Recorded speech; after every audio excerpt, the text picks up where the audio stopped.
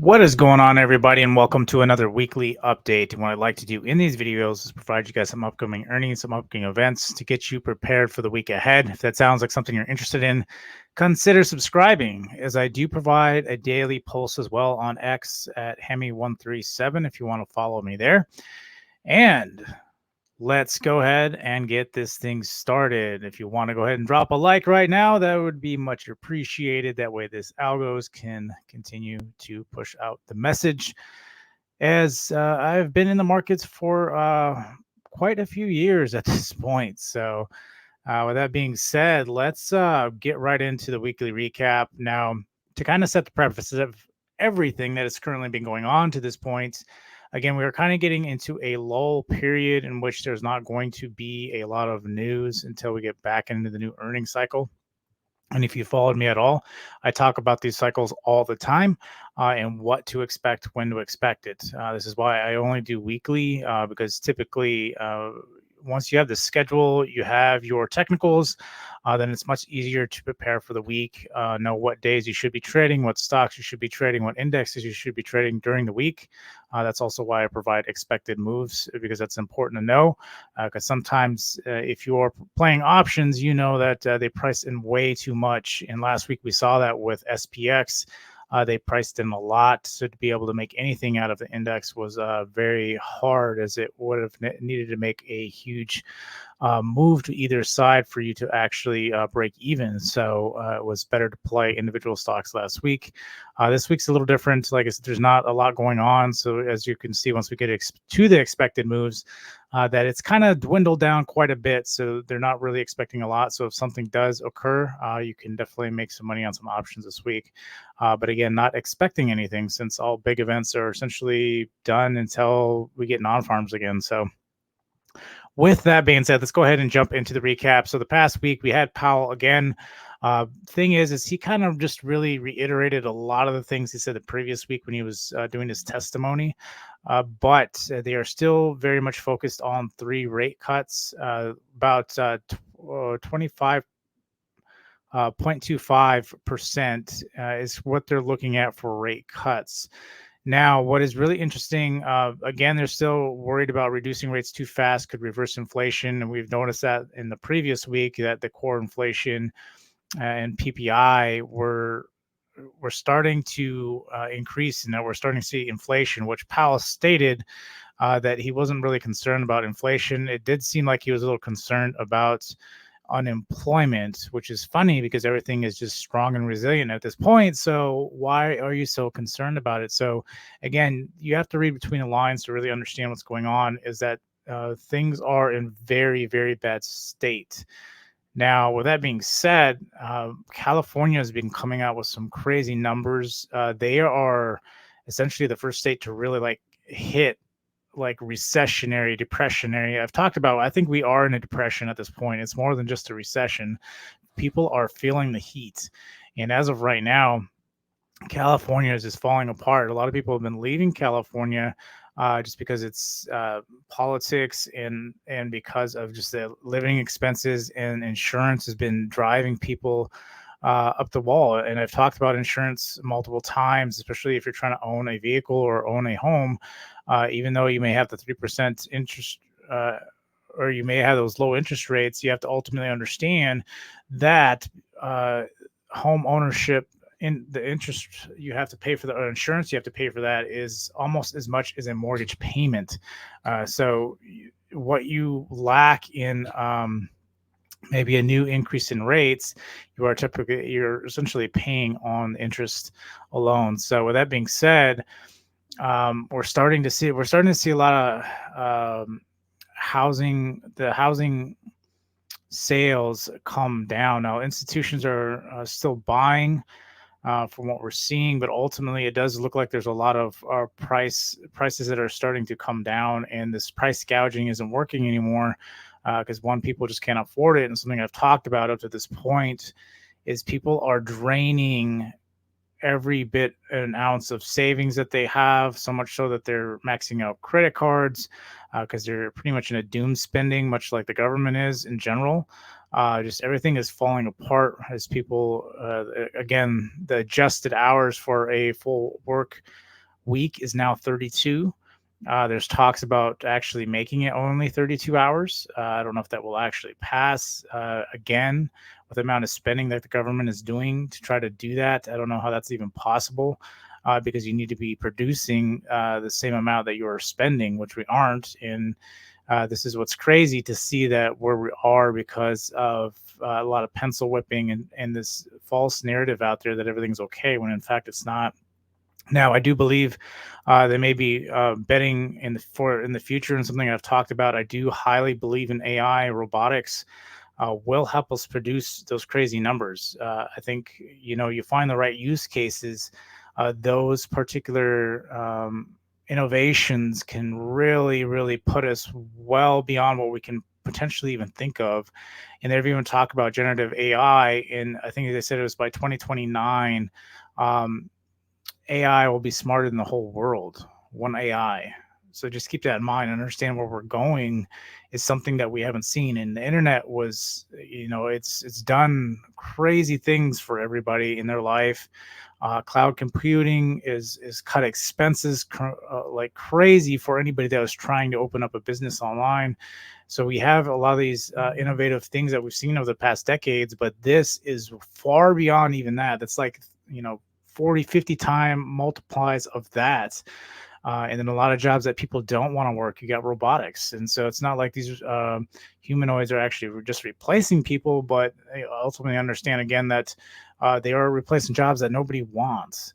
But in the same token, there's going to be a big adjustment. How do we live our lives? And you can go into whatever you want with that. But as far as the market is concerned, I do believe it is still a very good investment in my opinion. Now, Nvidia's kind of cornered that whole market with their chips. Now, IBM has got a big, I think, a big government contract. I think it's worth a couple billion for processing and trying to see where we can go. And you also have AMD, which a lot of people don't like NVIDIA chips because you become heavily reliant on NVIDIA chips, and they make it very hard for you to leave. Where AMD has been more of an open source kind of product, and a lot of people are hoping and betting that open source can kind of lead the way on that, so that way they're not so stuck to just NVIDIA, that there can be some competition there. So again, there's still a lot going on in that sector, and I think again it will take us out of here. But again, infrastructure will be the solid play for the next year and a half, maybe even 2 years. Once that's built up, I think the growth rate on that will slow down tremendously, and then ultimately it's going to come to then you're going to start seeing the fruits of that labor of the AI once people start actually having good use cases for these AIs. The problem is there really isn't a lot of good use cases for AI. ChatGPT did change a lot of the way we look at AI and what it's actually potential. I think humanoids are going to have that same aha moment coming here pretty soon as well. But again, also we understand who is positioned to be able to take advantage of that. And I've talked about this multiple times on my channel, is that I highly believe it's going to be Tesla. Tesla not only has a humanoid that's pretty much ready to go. They have energy. They deal with energy on a consistent basis. So they're not just an EV, but they've been dealing with energy storage for a long time. So they are well ahead. They know how to manufacture stuff. Right now, all these people that are coming out through these humanoids, they can't manufacture these things the way like Tesla can. And Tesla's ahead of the game when it comes to AI as well. And they may be a little bit lagging, but again, ultimately understand that it won't take them long. If just give Elon a task and he'll figure it out very quickly, because he puts in a massive amount of hours to be able to do that. And tries to take advantage of every minute of the day, and it won't take him long to be able to get it up to wherever ChatGPT is, if not beyond, very quickly. And then again, ultimately understand they can mass produce it. And that's going to be one of the biggest issues when it comes to humanoids, is mass producing them. And Tesla has a major leg on it, like it did with the EV, and then it's going to continue to do better. It's not even including the FSD, not even including the EVs that are like some of the best selling EVs out there. and a lot of other things on top of everything that they're doing. Energy storage, that service is something I talked about over the last earnings, starting to really impress what they're doing in that side of thing, and energy storage, and how well that is doing as well. So these are all things that people just don't point out. They just see them as a car company, and that's how they're labeled. And right now, you're getting some very good discounts from them. So okay, I didn't mean to go much on a tangent there. It was kind of a rabbit hole jump down, but House passes the 1.2 trillion funding budget. So they did this again last minute and put a lot of stuff in the bill. A lot of stuff just doesn't make sense. A lot of stuff is very generic. It doesn't have a lot of detail. That's what a lot of people are complaining about, is that, okay, well, you're making, the taxpayers are paying all this money. We don't really know where it goes. It goes under some generic government program that we really don't know what's going on. There's a lot of money being lost, a lot of records being burned. I mean, the conspiracy theories never end, and yet, people are struggling. You have veterans that are still living on the street and all kinds of stuff. And that's, again, don't want to get all political, but we have all that stuff going on. So that did pass. Again, that's not really big of a worry for the markets, but I just wanted to mention that, as when you're talking about the stock market, that really doesn't have any kind of impact directly as we speak. So, but with that being said, let's look down upcoming week. We got the GDP revisions for Q4 coming out. These are second revisions coming out on Thursday. That can have some impact. It's not going to be really impactful. We have core PCE on Friday. Again, they're kind of shifting some of these specific reports. The PCE is supposed to be one of the ones that the Fed are really going off of. I don't really believe that. I think it's more inflation and unemployment at this point is what we're looking at. Those are the two biggest scheduled events that are going to have a lot of weight until we get an emergency rate cut. And then we'll start looking at the monetary policy schedule again. I think that the first cut's going to be an emergency, so it's not going to be a scheduled thing. And as you can see coming up, the next monetary policy is until May 1st. So you got a whole month and a half.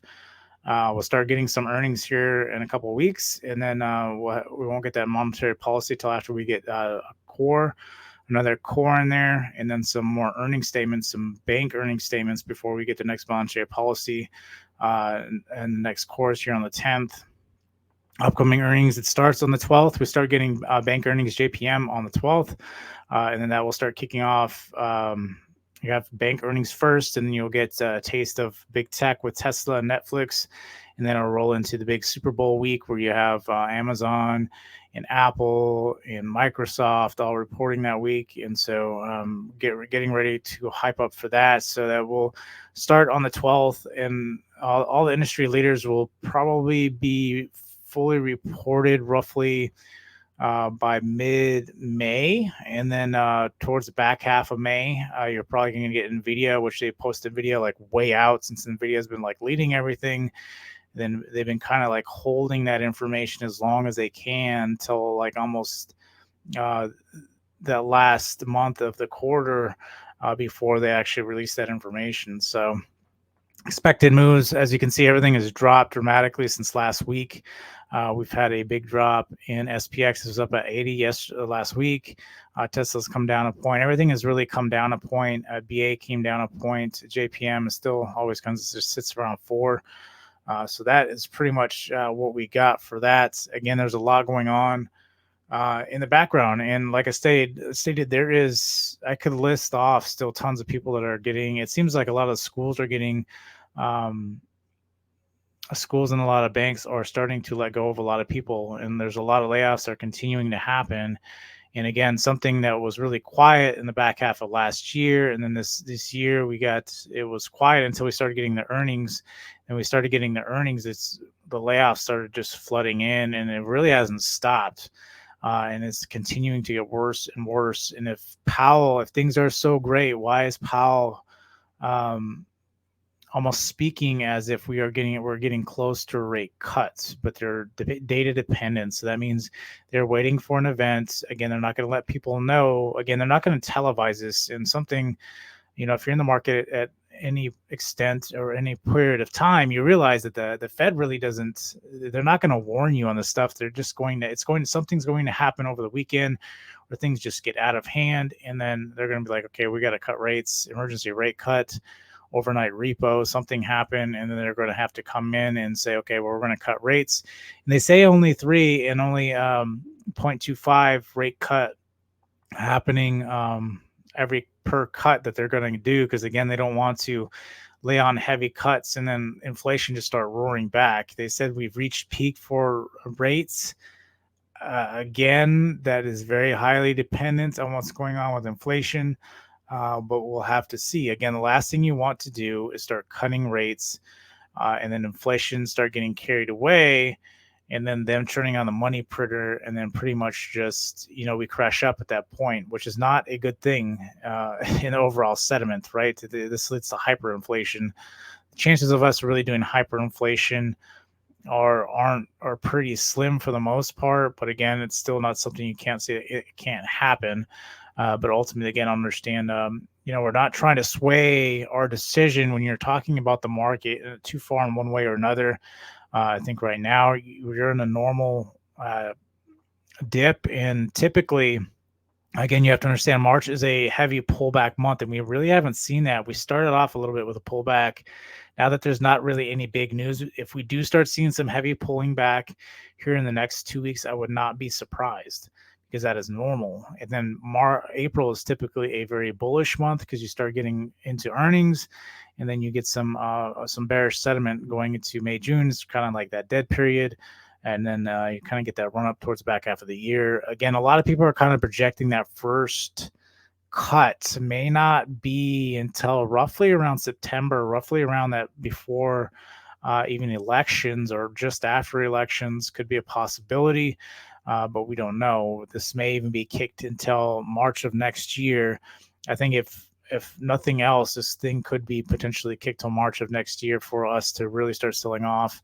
But again, we don't know when that's going to happen. We're waiting for the cut. So until we hear the cut, the market's going to act normal, which is, it hasn't really been normal, but it's going to play the normal earnings cycles, and it's going to pull back healthy, but it's not going to, correct 42% or anything like that unless we get a cut first. Until that happens, it's just going to be a normal pullback, and then we'll continue to push up. So with all that being said, let's go ahead and take a look at the charts. Now, as you can see in the daily, we've gone, I've talked about this many times before, in the 4,100 level, which is right here. That was essentially the saving grace when we paused. And again, we've essentially been up. And this channel has been really, really tight. And we were afraid we almost were going to break this thing, but this channel has been super, super tight. I got rejected off here. Again, we got 2 weeks. I wouldn't be surprised if we start pulling back down to the 40 or the 51.70. That would kind of lead us into earnings. If earnings are bad, maybe we break back down, but I wouldn't be surprised if we just continue to make these chops and just stay in this channel till we get a cut. Or maybe we stay in this channel. Maybe we continue to rattle on this channel is a possibility. Again, we're in a utopic state where everything is fine and dandy, so I don't really know. Again, the market's already kind of become really numb to some bad news, but now that mindset has shifted. Now we are in a utopic state where everything's fine. There will be no hard landing, and they've convinced everybody of that, and that's when the hard landing actually happens. So again, we'll continue to watch and see what this is. Again, not trying to play too bearish, not trying to play bullish. Market is normally bullish anyway, so try to play bullish in that sense. But just be mindful, if there is a cut, just always have that in back of your mind. If there is a cut, get ready to price in a recession. Look for a potentially deep pullback. A lot of people are saying 80%. I think that's too overextended. I think we have had some rolling recession, so I don't think it will be that bad. But you never know. It very well could. We are seeing very historic numbers when it comes to a lot of data into money supply that could really potentially crash the market 80%. We don't know. And when I talk about a crash, I'm not talking about in one day or a week. I'm talking about, several weeks of a pullback to what the average is of pricing in a recession, which is about 42% from the peak. So again, we will wait and see if that's true or not. But again, don't wait or hold your breath for that to happen, because you don't know when that is going to happen. So Again, we're watching this upper level here at the 5260. That's kind of the ceiling as of right now. But again, I expect us to remain in this channel until we actually, again, break this bottom channel, the 5162. Then we could potentially start saying about a deeper pullback. But again, all in the timing of a rate cut. That is the linchpin. If that linchpin isn't pulled, this thing will remain just pulling back naturally and continue to push. So that's kind of where my mindset is as of right now. Bitcoin got kind of a bit of a head and shoulders here. I don't like that pattern, but as long as it can remain to hold the 63 right here, I think this thing is going back to try to make all-time high. I do believe this is going to be a big push. The big question is if we have the halving here in a couple weeks on the 14th of April, and then also what happens with the market. You have to understand that this general market is going to have power over essentially crypto. It's not, crypto is just not going to detach and run away. The dollar doesn't work that way either. And so you have to understand that when everything sells off, everything's just going to sell off. And the question is the timing of that. Typically, you normally have a pullback anyway before the halving. The question is, everything essentially relies on that rate cut and unemployment. So until that corrects, it's just a normal pullback, right? You could even potentially pull all the way back to 5,200 or 52K is a possibility. You can't be surprised, especially the volatility within Bitcoin. And that's something else that happened over this week as well, is Ethereum is being also looked at. Essentially, one of the founders of Ethereum is being looked at, and I guess his compensation package or the foundation is being looked at to see what is going on with that. So you definitely want to be careful of that. That may cause some sell pressure. I don't know. At this point, I think the market is still very especially in crypto, very in awe about this next run up, because it typically does. Now you have to understand, from once the halving occurs, it's roughly around 6 to 7 months you get your true bull market. So this 100K or whatever people are talking about, will typically happen a couple months after the halving occurs, and then demand comes in and then starts really driving this thing up. So we'll see what happens here. But right now, it's accumulation phase and expecting this thing to pull back potentially even more, and then potentially really ripping. So again, this is the dip, whether you're in crypto, whether you're in equities, to be buying whatever happens, especially if there is a rate cut. That is definitely the all-out buying strategy at my point. Again, none of this financial advice, but when that occurs, you're not going to just jump in the market the next day and start buying. You want this thing to dip down, but have that list of stocks, have that list of cryptos you are buying, and continue to buy until that happens. But again, I think you'll get that cut because of the halving. In that window, you have a 6-month window between the halving and when the real true bull market for crypto starts.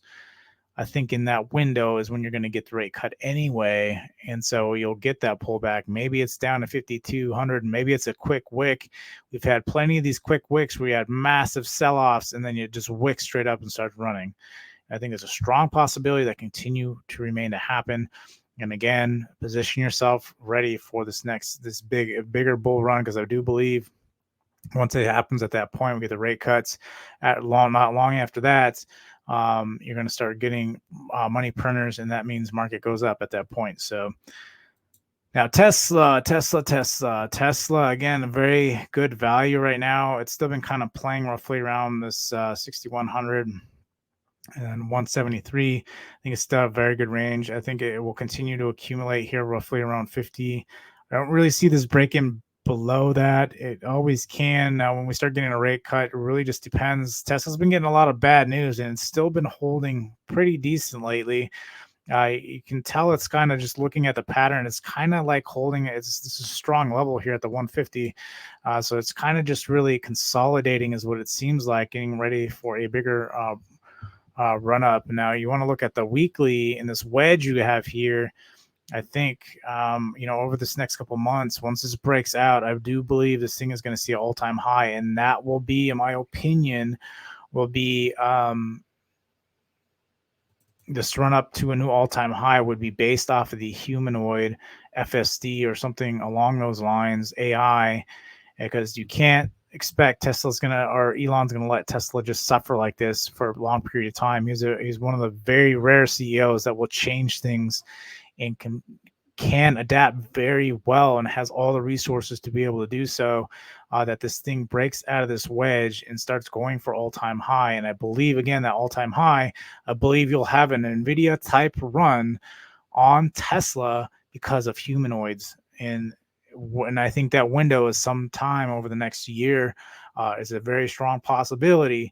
And then I think we'll be making this run, breaking out of this wedge, and it's going to attack that. And who knows? Kathy's price target is 2K, but that's, if everything plays in line, if humanoids work out good, if FSD works out, if robo taxis work out, you have all these things.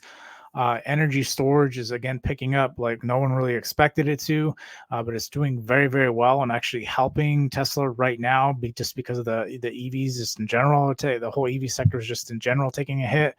So again, in my opinion, it's a very good value play right now. It's one of the few that are out there that is doing that's in very good spot. So now with that being said, let's take a look at Palantir. Again, another big one I really like moving forward. This thing does need to pull back.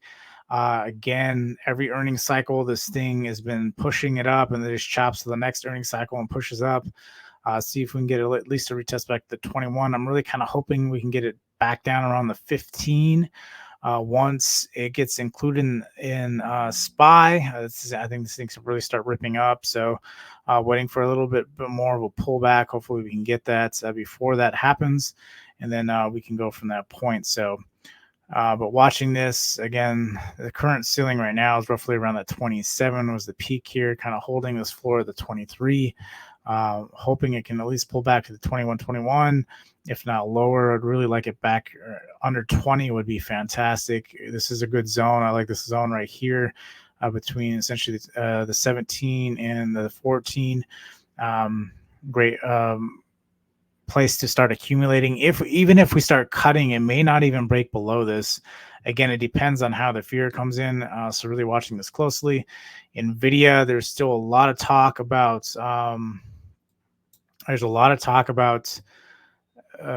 potentially stock splits. We'll have to see. I do believe, again, the next year and a half is going to be very strong despite this move. To understand, they are innovating right now, and so this does make sense. There are a lot of your big companies are, over the past week that we had that NVIDIA conference, they come out just essentially glorifying and putting NVIDIA on a pedestal because of what they're doing and the technologies they're allowing for AI to be possible. And so, again, at some point you'll hit a ceiling, but as of right now, I mean, I wouldn't buy at 900. I would hope for at least some sort of a pullback. And even if we start selling off because of, a rate cut, you may only get it down to 7.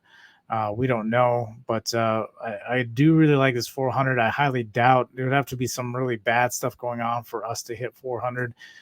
Even with this leading the charge, again, you have to understand that I don't see much of a dip coming from this, even if we do start correcting and then we start getting fear back in the markets. This is too good of an opportunity for this to pull back that hard. It's not saying it can't, but again, we'll continue to watch and see how it is. But again, it's very crazy to see this crazy push up like this over the past year. So over the past couple months, it's just been absolutely absurd. But you have that. And then let's take a look at PayPal. I like bringing up PayPal. It is kind of playing between these two ranges right now. I'm looking forward to get back to the 58 to accumulate again. I ended up selling my shares here right at the peak of this past week. I'm going to pick some more up here at these levels. If it goes a little deeper down here to 150, if we do start getting a rate cut, I think this thing may be able. This is one of the few that is also taking a big beating like Tesla. So I do really like this one, especially, again, the new CEO and where they're going. So again, I like to keep playing this one. So just watching those key levels. Again, that ceiling right now is about 67.50. I don't think it's going to break that until we get a rate cut. Once that is priced in, then I think PayPal can break to new highs from that point. But I think they just need a couple more earnings cycles, maybe one or two more, and then this narrative for PayPal is going to change a lot. Then you also have BA, which again, I don't understand how it's a $180 stock. There's just so much going wrong with this thing. But it is supported pretty heavily around the 178. Here is a strong support. It's down in this lower channel. If it does break this, it can be really concerning. Again, value plays big into the overall market sentiment. Value, financials, and then tech. And tech's been taking a beating, depends on what stock you've been looking at. And then you also have BA, which is starting to look really, really weak. Again, a lot of bad news lately. So we'll see what it does moving forward. But watching those levels, I wouldn't be actually surprised if it continues to play this and just chop back and forth for the next remaining couple months. Unless they get more bad news, then it might actually break that. But we shall see. And then we got JPM, this behemoth of a bank, is currently sitting the 200 is the new ceiling right now. Could potentially look for a pullback to the 187, 189 again. October, it's been pushing up since the pause. So again, just remember when we cut, we're going to start correcting. So maybe we get down to the 170, maybe even lower. We really have to see, because if you can even look back at, let's look at SPX. If you've made it this far, you get some extra bonus points. We'll look at some max back in 2008. I'll try to compare this to 2008. I know everybody says it's not like 2008, but we had this push here back in, what was this, November. So you had that big dive like we currently had. Then you have this push up. It didn't make all-time highs, but then you had a little bit of sell-off, massive push, one last attempt, which is kind of like you're seeing here, but we had a much more of a massive rip up, because you have to remember that you had this 40% of the money supply printed, so you have bigger moves now. It's typically what happens, because even before then, as you can see, we didn't have that much money in the system, so it didn't have these crazy moves. But when you pull back, you pull back pretty heavy.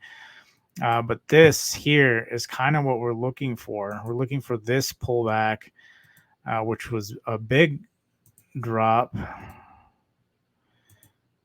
Essentially, we can look and see. Oh, this thing's all busted. You gotta love TD. So this was a 50-point drop. 50% drop. 50% drop. And that's not even including the 40% money supply that we've had. That's what I'm saying. That's on average, right? And that was, they say it's not as bad as it was. Every pullback isn't quite going to quite be the same. But I mean, even if you looked at a 50% drawdown from where we're currently at, that would be pretty scary. 50%. And you're looking at pandemic lows, essentially, is what you're looking at. Would put us around the 2,500 if that was the case. And people are saying even an 80% drawdown, which I can't even imagine if we did 80%. To get an 80% move on the index, the market's like crashing really bad. I don't believe that's going to happen. Maybe a 50%, maybe 60%. But you look at the Great Depression, and even the Great Depression was pretty bad in itself. Which this chart doesn't go that far back. You can't really see that, but yeah, so we'll see what happens. On average is 42, so I wouldn't be surprised if we at least get down around to the 4,200 again, lose about 1,000 points off the index. Could potentially, again, could make new lows, could hit pandemic lows. Again, pandemic lows are pretty low. We got pretty low. It's hard to believe that was just that that long ago, but that's a big drop. Potentially possible. It would be a hard reset to allow us for the next decade to be able to build again, and starting to see that. But again, We will see. Again, this parabolic move. These are monthly candles. You haven't had a red monthly candle in what, over 5 months.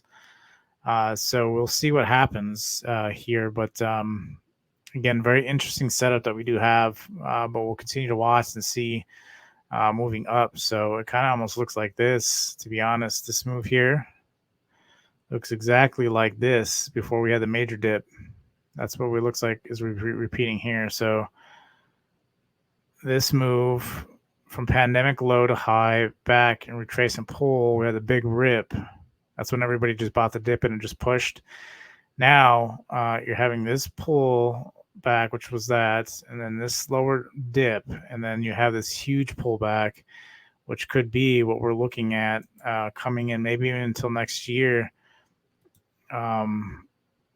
Yeah, that was only at 28%. That was hardly anything. So I do believe there will be a bigger pullback. Again, I don't know how much it's going to be. Even this, I remember this was so crazy to watch how this played out. That was only a 36, but that was like in 2 months, a 36% correction in 2 months. This obviously, everybody was worried about a recession at that point. It didn't actually happen.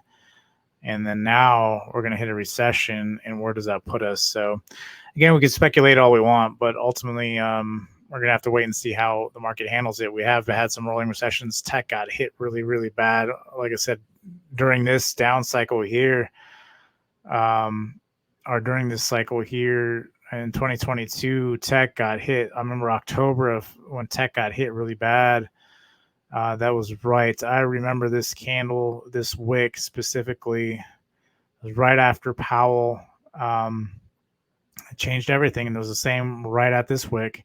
That was right when the market paused, and now we've been ripping up since then. So these very specific this is why I like to bring up events, because these very specific wicks tell you exactly what is happening and why scheduled events matter a lot. You need to know the sentiment of the market and what's going on, because when you get that linchpin move that I've been talking about, that's when you get moves like this that start selling off the market. And then again, very specific events. Powell came out. I don't remember what exactly happened here. As he started to raise rates at a rapid pace, and that's what started the sell-off. And then they were able to convince themselves to come out in the official pause, and then the market started to rip. So this thought we were going into recession was a lot of this selling. This was an inflation scare. That's essentially what this was. It was an inflation scare when used cars were going out or selling more than double its price because supply was gone, essentially because of the pandemic. There was like hardly any supply. And so, going through the events as these play out help you kind of understand how the next events will play out. So anyway, so we'll see how this does end up, but it'll be interesting to see. So again, if you made it this far, thanks for dealing with my ranting for the last couple minutes. But yeah, that's what I'm looking at. So go ahead and drop a like, and I will see you guys on the next one.